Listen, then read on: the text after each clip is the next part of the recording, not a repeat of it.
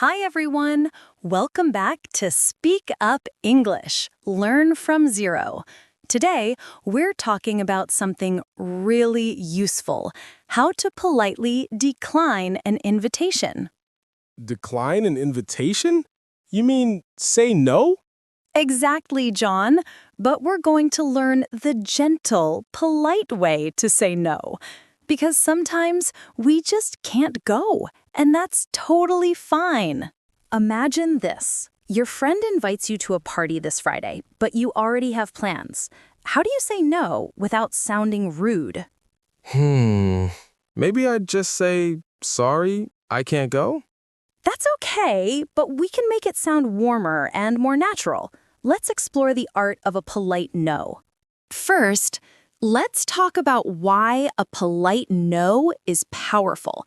When you say no kindly, you protect your time and your relationships.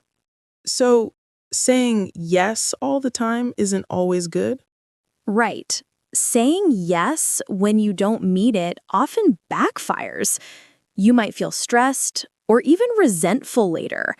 A gentle no builds respect for you and from others. Wow. So saying no can actually make me more confident? Exactly! It's a confidence booster. You set healthy boundaries while staying polite. Let's learn some magic phrases you can use in any situation. Ready? Let's do it. Phrase 1.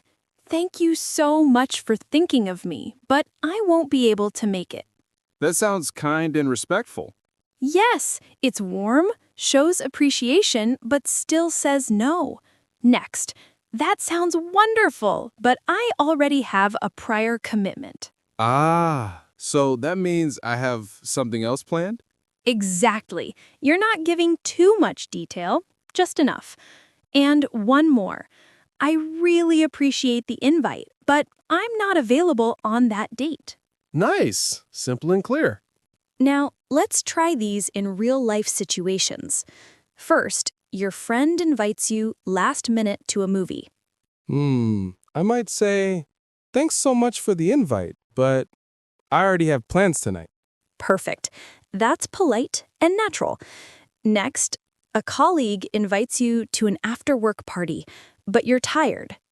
Thank you for inviting me, but I think I'll pass tonight. Maybe next time? Excellent, John.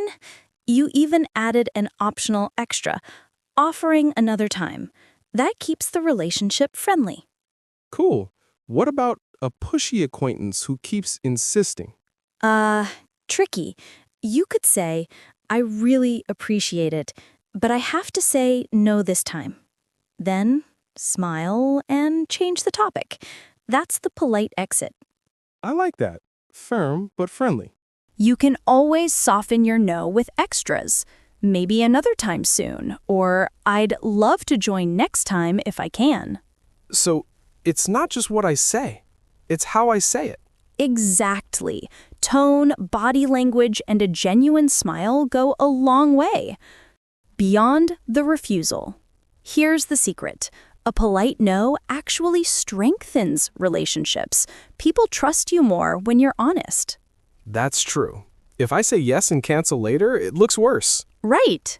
So declining politely keeps your image positive and your schedule peaceful. Let's practice together. Repeat after me. Thank you for thinking of me, but I can't make it. Thank you for thinking of me, but I can't make it. That sounds great, but I already have a prior commitment. That sounds great, but I already have a prior commitment. I really appreciate the invitation, but I'm not available that day. I really appreciate the invitation, but I'm not available that day. So, John, what did you learn today? That saying no doesn't mean being rude. It means being respectful to myself and others. Exactly. A polite no equals clear, kind, and confident. Remember, saying no to others sometimes means saying yes to yourself. I'll remember that. Thanks, Anna. You're welcome. And to everyone watching, practice your polite no in the comments below. And don't forget to like, subscribe, and speak up English every day.